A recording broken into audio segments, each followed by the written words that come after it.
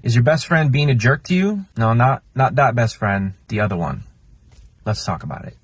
Hello and welcome to the November 1st Emotional Sobriety Podcast. Today I'm going to be reading from The Language of Letting Go, which is the daily meditations, codependency. Today is called Transformation Through Grief. We're striving for acceptance of ourselves, the past, other people, and our present circumstances. Acceptance brings peace, healing, and freedom. The freedom to take care of ourselves. Acceptance is not a one-step process. Before we achieve acceptance, we go toward it in stages of denial, anger, negotiating, and sadness. We call these stages the grief process. Grief can be frustrating. It can be confusing. We may vacillate between sadness or denial.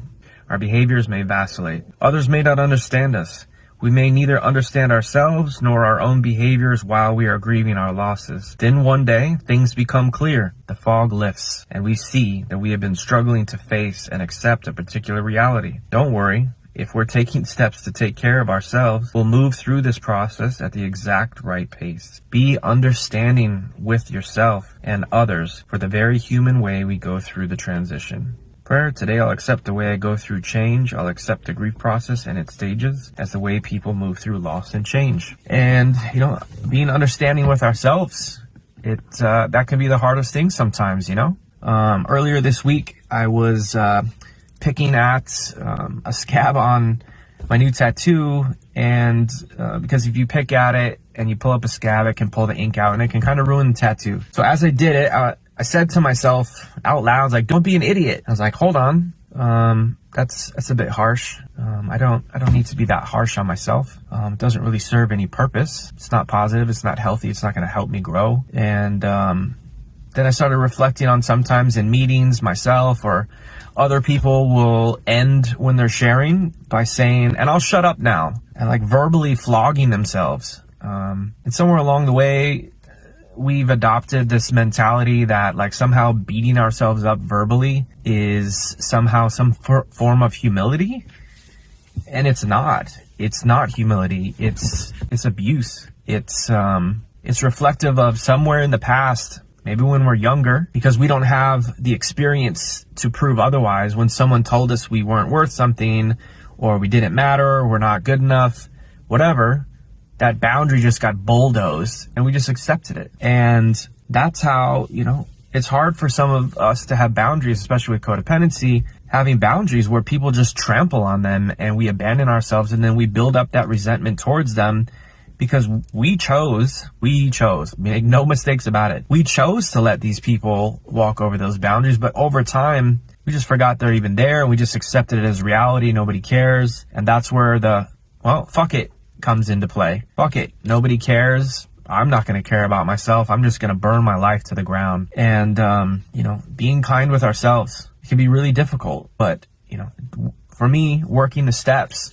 in the program and getting all the junk of my past out, getting out all the resentments, getting out all the fears, realizing and facing the reality and the truth of the harms that I have done people in my selfishness and in my fearfulness, I'm now at a place of groundedness and peacefulness. And I can sit with, when a fear comes, I imagine it as I'm on a hang glider and I'm hanging on to this hang glider, and that hang glider is God's will. And I just hold on, and God takes me where I need to go in my daily life and in actions and in choices.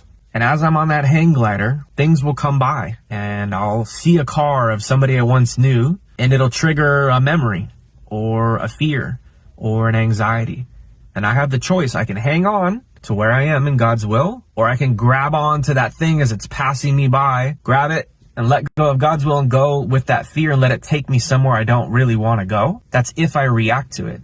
But if I just stay centered on God's will and I just acknowledge, hey, there's that fear. Oh, there it goes, passing by. See you later. I just stay here. I don't react. Just acknowledge it. Yep, there it is. There it goes. Like a telemarketer, I can choose to stay on the phone with the telemarketer, or I can hang up. And it's the same way with those fears.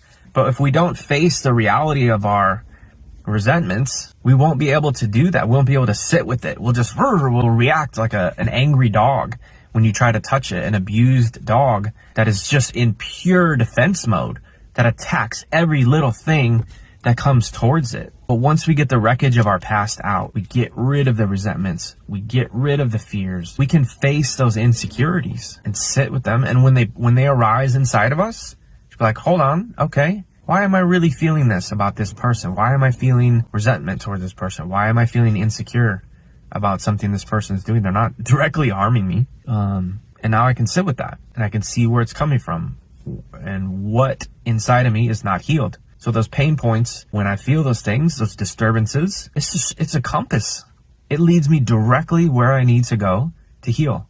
And it is freedom.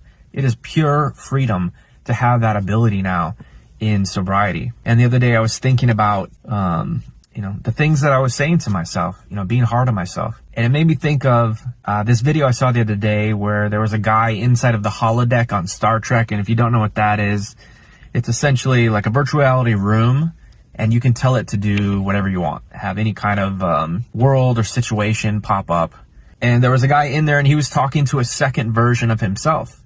So there was two of him. And it made me think of myself and the words that I say to myself internally or sometimes out loud. If that was another person, because I am my best friend. I spend the most time in the world with me. No getting away from it, right? So I'm my best friend, and learning to love myself and being compassionate with myself and being understanding with myself, it's a gift. But going back to that analogy of the guy talking to another version of himself, thinking of the things I was saying to me, to myself, and now being aware of those things. If I was hanging out with somebody, another person, a friend, that was saying those really verbally abusive, negative things towards me all the time, would I really want to hang out with them? Probably not, It reminds me of Gollum from Lord of the Rings when he's kind of having that conversation with the dark version of himself. And he's like, we don't need you anymore. Get out of here. Go away. And just acknowledging that voice of fear. Like, dude, I don't want you around anymore, fear. Because I have a new baseline. My new baseline is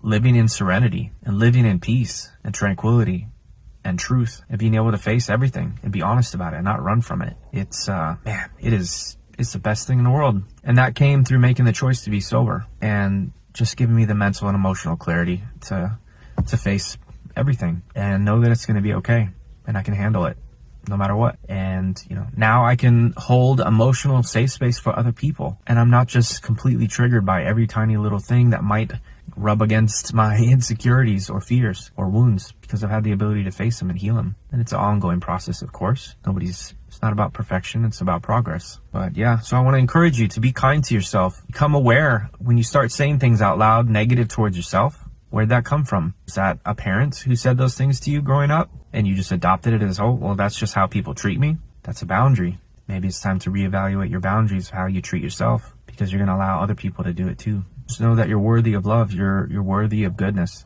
You don't have to take abuse from people. And be kind to yourself today. Give it a shot. See what happens. I wish you the best this day on your journey, and thank you for your time. If you have a friend or someone that you know that could benefit from this message, share it with them. Maybe that friend is yourself. All right, I love you. Stay emotionally sober. Have a great day. Bye.